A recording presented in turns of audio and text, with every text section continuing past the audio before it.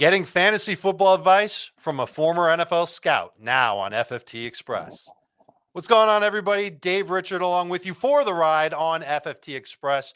We are joined by Fawwaz Izzuddin, former NFL scout of the Pittsburgh Steelers, and he's on X at Waz Football, at WAZ Football.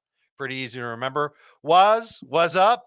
I know that you were a West Coast scout for the Steelers. You worked with Blesto. You've been around for a little while. I would love to pick your brain on the three rookie wide receivers out of Washington, Rome Odunze, and then Jalen Polk, and then Jalen McMillan. They've all shown flashes this training camp. Spill your guts on what you know about those guys. Sure thing. Appreciate you having me out here, Dave. Yeah. Love to talk football, especially about my guys that I just recently looked at. First of all, I want to stack these guys how I saw them coming out and what I've seen recently. Rome Odunze was my number one. I had Jalen Polk number two and McMillan at number three. I know a lot of guys had those guys a little bit flip-flop. But Odunze and McMillan and Polk, I believe they all land at a perfect situation for where they need to be. Rome is incredible. He's a physical specimen from what you see in person and what you see on tape. He makes everything look easy. He will probably be that number one. I know he landed in a situation where he's with Keenan Allen and DJ Moore, and he has to share those targets. But I feel like he has that repertoire and that chemistry with Caleb Williams already. You see it on the Hard Knocks shows. You see it on tape when they're running through the scramble drills. I think he, if not already, would surpass Keenan Allen in targets down the line. But he will be someone that Caleb will look to, especially on those off-time throws where Caleb is doing most of the time. But yeah, he's surefire number one amongst all those guys. He's got it all: speed, size, combat catch, and he can pretty much get open in any space. When it comes to the other two guys, it's a little bit it's what you prefer. I think Jalen is perfect for New England because that wide receiver room is not looking too good right now. But I think he gives them and Drake May or Brissett, whoever is going to be throwing the ball in the first few games, what they need. Big combat catch guy, physical, hands, strong at the catch point. Mm-hmm. He reminded me of when I scouted Chris Godwin when he was on Tampa.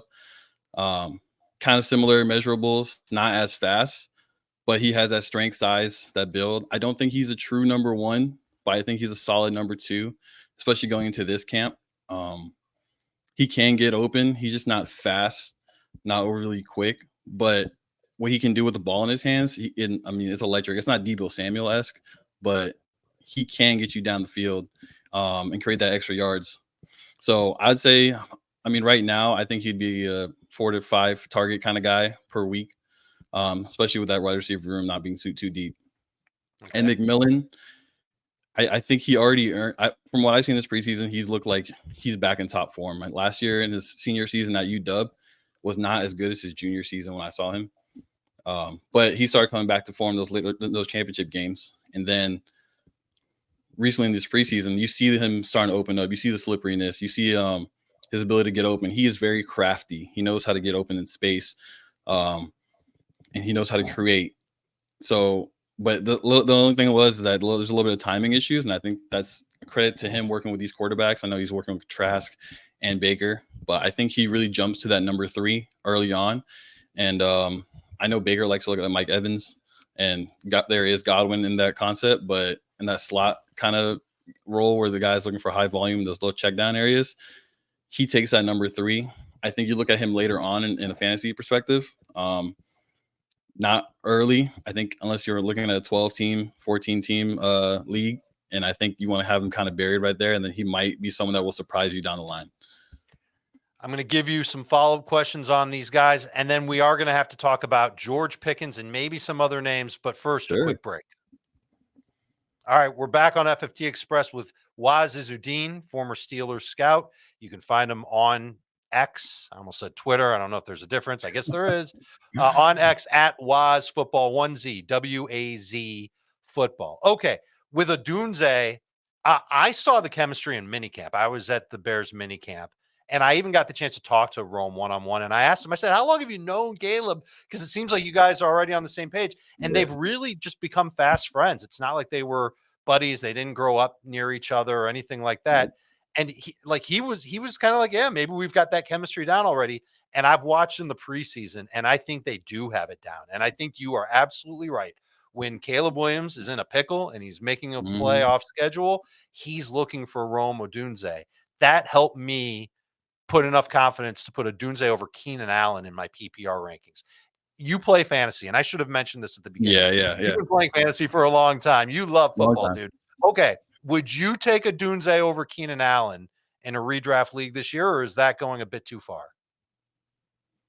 I would. I'm so high. I take risk on rookie receivers, especially. I've been down on the Keenan Allen train as of late. I don't know why, but I feel like I do. But especially older guys going to new teams, such as new offense as well. I would take Rome. I think Rome just gives you that outside inside ability, where I think Keenan is just that inside kind of guy. And I think you see a lot more out of Rome, just a little more juice in every day.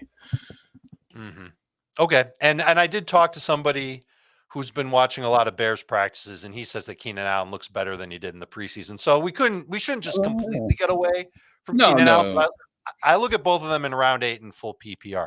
I want to move ahead to Polk and McMillan. I think they're both late round picks. I would take Polk ahead of McMillan because I think the opportunity will be there. You said 4 or 5 targets per game. I look at that receiving core in New England, and it's DeMario Douglas, it's KJ Osborne, Hunter Henry's there. And I wonder if there's more opportunity there for Polk after all, particularly since that Patriots defense that was once the backbone of that team.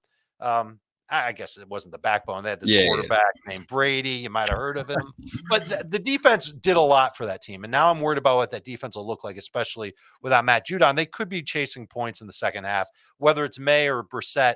I like Polk as more of like a bench receiver, preferably in PPR, because I saw what you saw as far as speed goes, but I think he's just a really good, solid receiver. I've currently have him slated over an injured Curtis Samuel and Tyler Lockett, who's been around the block. Is that the right range where you would put him? Sort of a round 10 type pick? They haven't had a lot of consistency recently, and it's kind of like it's a little bit of roulette every week. You never know who you're going to get. Like even guys like Juju were seeing targets last year, kind of late in the game. And Kendrick Bourne, I mean, he's Kendrick Bourne, he's not the solidified like number one in any other team, but and I don't know if he gets the job done every week. Like you're not going to see 15, 20 PPR points from every single week, but I think Polk is a solid staple for that. I think you at least get 12, 10 a week. But as time goes on with chemistry, I'm a believer in Polk. I think he has a high trajectory. The kid has confidence and he knows what he wants, but he's not, it doesn't rub off on you the wrong way. But I think he will be electric down the stretch. I do like where he is right now in between that Tyler Lockett, Curtis Samuel range. Okay. And then McMillan, late round flyer. I don't know if you necessarily take him. You can answer yes or no to this. Typical 12-team league, would you take him with your last pick, or do you have something else in mind? I'll take him my last pick. Okay. All right. That's cool. That's good to know. All right. Let's touch on those Steelers. George Pickens is someone that we have talked about a lot on Fantasy Football Today. You've obviously been a part of that franchise and you know all about George. Let's lay out this scenario. The Steelers don't trade for Brandon Ayuk. They enter the season. Pickens is the number one guy. Inferior quarterbacks, sure. Do you think that Pickens can put up the type of year that DJ Moore had in Chicago, where he was getting over 8 targets per game from Justin Fields? Fields now in Pittsburgh, might be thrown to George Pickens at some point this season. But could he put together a year like that, where good yardage, good touchdowns, tons of volume, be that number one guy, beat double teams, be a red zone threat, do it all stud at wide receiver? So when I look at George, I've known George for since he's been in the league, in the situation that he's been in. I've even had him on my fantasy teams where at points where like, I really want you. I'm like, I want to trade for George on my team. I drafted him. Maybe I want to give him away. I think that the key factors of him is, one, himself. Can he get in his own way? 2, the offensive scheme that he's in. He obviously not in a great offensive scheme the past previous years that he's been in the league. And obviously, you mentioned it, the quarterback situation. Is it going to be Russ? Is it going to be Fields? Athletically, the kid has all the traits in the world. To be that number one solidified guy, he will probably get in his own way, whereas maybe someone will not develop a game plan towards him. And I feel like the Steelers in themselves try to do too much where they don't focus on a guy. Like you saw the difference between what they had in the past with AB and Ben was just that, Ben kind of did his own thing. But with Pickens and this new offense, they kind of figure out what they have to do. And Coach Smith is doing right now. Looks like they're heading towards that direction, but I still think he wants to stay with that run game. But I don't think he has a solidified target. Athletically, yes, he can do all those things, but I like where you guys have him right now in that range, in that 55 kind of ADP. I don't think, I hope he proves me wrong, but I don't think he has what it takes to be, if he's in Pittsburgh. I think if he goes somewhere else, possibly, but the fact that where he is right now, he has all the traits in the world, but I don't think he gets that multiple targets per game. It's also AFC North play, those guys game plan around him. There's not much game plan around. You have Freiermuth, who's always up and down. Yep. And then there's Roman Wilson and Van Jefferson. So if guys are going to be, bracketing against Pickens, it's going to be a little harder for him to see those targets. So just give me the name. If you had the choice between Pickens and DJ Moore in fantasy this year, full PPR, which one would you prefer? DJ Moore. Wow. Okay. Yeah. Last name I want to get to is Puka Nacua. I know you scouted him. He was a West Coast guy. You definitely took a look at him. I'm sure. I don't know if you were surprised at what he did last year, but I've got him ranked as a top 10 receiver. I think he's going to be taken right around 15th overall in pretty much every draft. Quickly, what do you see for Puka in his second season? I was super surprised about Puka last year, honestly, coming out of the draft. I see a sophomore slump. I think having him kind of way above Cooper Kupp right now is kind of crazy, because Cooper Kupp, he's a recent Triple Crown winner, but I know the injury and the aging stuff. But I think McVay did what he needed to do, and that's why you see guys like him and Kyron kind of just go off. But I think Puka does what they need to do. But I think guys kind of prepare for that in the second year, which a lot of guys do. And I don't think he has those traits to excel past that. So I think Puka hits that slump a little bit. You won't see the same volume that you will last year. I'm going to ask for just a name, because these are two guys that we've talked about a lot on our show. And then I'll let you go after this. Puka Nacua or Davante Adams. And you can think about Adams in his quarterback situation. You can pick one of these guys for your PPR team this year. Who are you taking? I was actually looking at this the other night. I'm looking at Adams just because I think what we were talking about with Pickens, I think with him, it doesn't matter what quarterback you have, you're throwing to that guy. You want to go to that guy. And Minshew, wow, yeah, whoever is throwing him the ball, they're going to that guy. So I think Adams. We have really disagreed on our show about Davante, and so that's going to add another layer to it. So thanks, Waz. You're just making it more complicated for the FFT crew. Yeah, but amazing insight. I know you've got more of it. Everybody can follow Waz on X at Waz Football, WAZ Football. He'll be on other social platforms as well. The dude knows what he's talking about. He's worked in the league. It's great to have you. Good luck in your leagues this season, Waz, and hopefully we'll talk to you very soon. Appreciate it, Dave.